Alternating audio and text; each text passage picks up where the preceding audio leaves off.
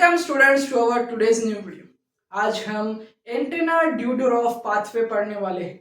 ये एक ऐसा यूनिक पाथवे है जिसे बैक्टीरिया ग्लाइकोलाइसिस के अल्टरनेटिव पाथवे में यूज करता है। और ये पाथवे इसलिए यूनिक है क्योंकि ये एटीपी बनाता है, एनएडीएच बनाता है और एनएडीपीएच भी बनाता है। और ये इकलौता ऐसा पाथवे है बैक्टीरिया के अंदर जो ये तीनों मॉलिक्यूल जनरेट कर देता है। और ये एक पाइरुवेट बनाता नहीं, ये दो पाइरुवेट मॉलिक्यूल आपको देता है। तो स्टूडेंट्स, ये मेनली ग्राम नेगेटिव बैक्टीरिया में परफॉर्म किया जाता है और मेनली इकोलाई, सुडोमोनास और राइजोबियम जैसी स्पीशीज के अंदर ईडी पाथवे ज्यादातर प्ले होता है। तो स्टूडेंट्स, एंटेनॉल ड्यूड्रॉफ पाथवे ये साइंटिस्ट के नाम पर इसका नाम दिया गया है। और देखते हैं कि ये पाथवे फ्यू स्टेप के अंदर बैक्टीरिया को कैसे एक ग्लूकोज मॉलिक्यूल से दो पाइरुवेट मॉलिक्यूल देता है और फिर ये पाइरुवेट मॉलिक्यूल आगे जाकर किस स्टेप के अंदर काम आते हैं वो सब आज हम देखने वाले हैं। तो स्टूडेंट्स, एंटेनल ड्यूड्रॉफ यानी ईडी पाथवे स्टार्ट होता है हमारे प्रिकर्सर मॉलिक्यूल जो है ग्लूकोज से, और फिर ग्लूकोज का कन्वर्ट होता है ग्लूकोनेट के अंदर, जिसे एंजाइम कन्वर्ट करता है, वो है glucose dehydrogenase. So glucose dehydrogenase enzyme student glucose को ग्लूकोनेट के अंदर कन्वर्ट करता है और फिर ग्लूकोनेट आगे जाकर कन्वर्ट होता है 2 कीटो ग्लूकोनेट के अंदर। और तो स्टूडेंट्स, ये दो स्टेप के अंदर हमें एक एनर्जी करेंसी मिल गई है, वो है हमारा NADPH2। तो स्टूडेंट्स, सबसे पहली एनर्जी करेंसी कब मिलती है? वो मिलती है जब ग्लूकोज का कन्वर्जन होता है ग्लूकोनेट के अंदर और वहां पर NADPH का फॉर्मेशन होता है और फिर ग्लूकोनेट आगे जाकर 2 कीटो ग्लूकोनेट के अंदर कन्वर्ट होता है और फिर 2 कीटो ग्लूकोनेट जाकर दो मॉलिक्यूल जनरेट करता है, एक है पाइरुवेट और दूसरा है ग्लिसरॉल्डिहाइड 3 फॉस्फेट। तो स्टूडेंट्स, आप सोच रहे होंगे कि पाइरुवेट तो मिल चुका है, अब यहाँ पर पाथवे स्टॉप क्यों नहीं हो रहा? पर स्टूडेंट्स, एक मॉलिक्यूल ग्लिसरॉल्डिहाइड 3 फॉस्फेट का भी बचा है और फिर वही ग्लिसरॉल्डिहाइड 3 फॉस्फेट के मॉलिक्यूल को आगे जाकर कन्वर्जन करते हैं 2 फॉस्फोग्लिसरेट के अंदर। किसके अंदर स्टूडेंट्स? 2 फॉस्फोग्लिसरेट के अंदर। और हमें यहाँ पर एक पाइरुवेट मिल चुका है, पहला पाइरुवेट का मॉलिक्यूल, और फिर ग्लिसरॉल्डिहाइड 3 फॉस्फेट 2 फॉस्फोग्लिसरेट के अंदर कन्वर्ट हो चुका है और फिर वापस से उसका कन्वर्ट होता है PEP यानी फॉस्फोइनॉल पाइरुवेट के अंदर, जिसे इनोलेज नाम का एंजाइम कन्वर्ट करता है। और हर स्टेप पर एक H2O मॉलिक्यूल रिलीज होता है, ATP सिंथेसाइज होता है और NADH सिंथेसाइज होता है।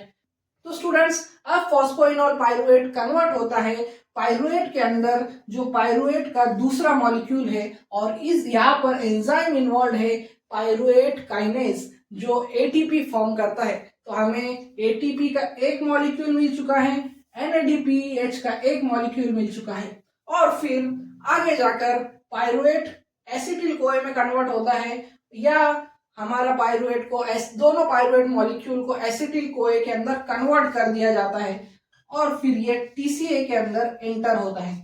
तो स्टूडेंट्स, ये बहुत ही इजी पाथवे था जो सिर्फ 4 स्टेप के अंदर कंप्लीट होता है।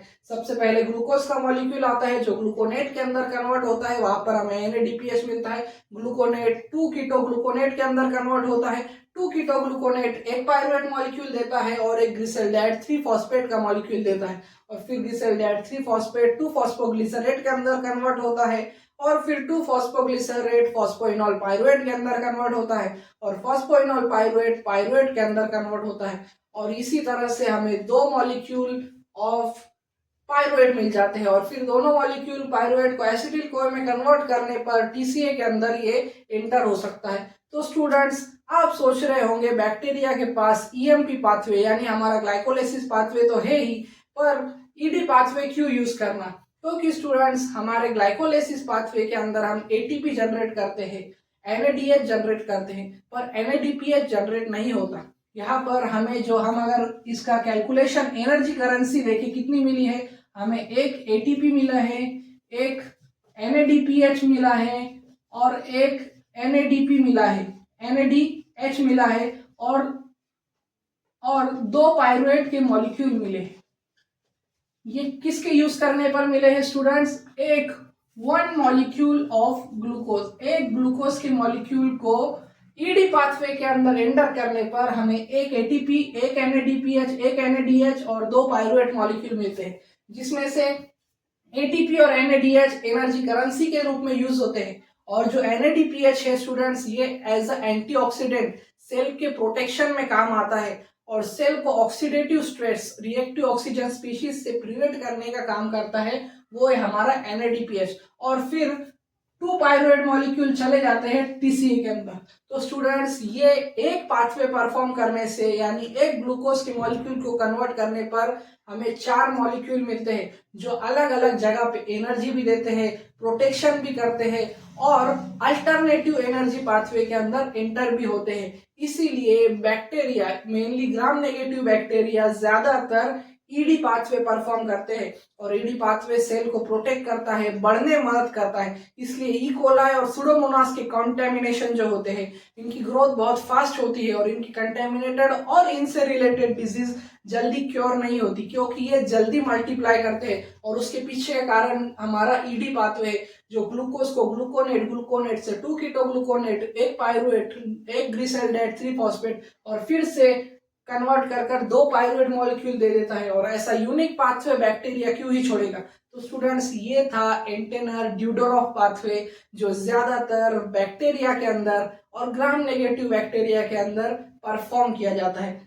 मुझे उम्मीद है कि आपका कंसेप्ट ईडी पाथवे के बारे में क्रिस्टल क्लियर हो चुका होगा और आपको ये 4 स्टेप में रिएक्शन समझ में आ गई होगी और इसके 4 बायोमोलिक्यूल एटीपी, एनएडीपीएच, एनएडीएच और पायरुवेट के 2 मॉलिक्यूल आपके कंसेप्ट में घुस गए होंगे। तो ऐसी वीडियोस के लिए मेरे चैनल को लाइक करें, शेयर करें और सब्सक्राइब करना ना भूलें। Thank you for watching.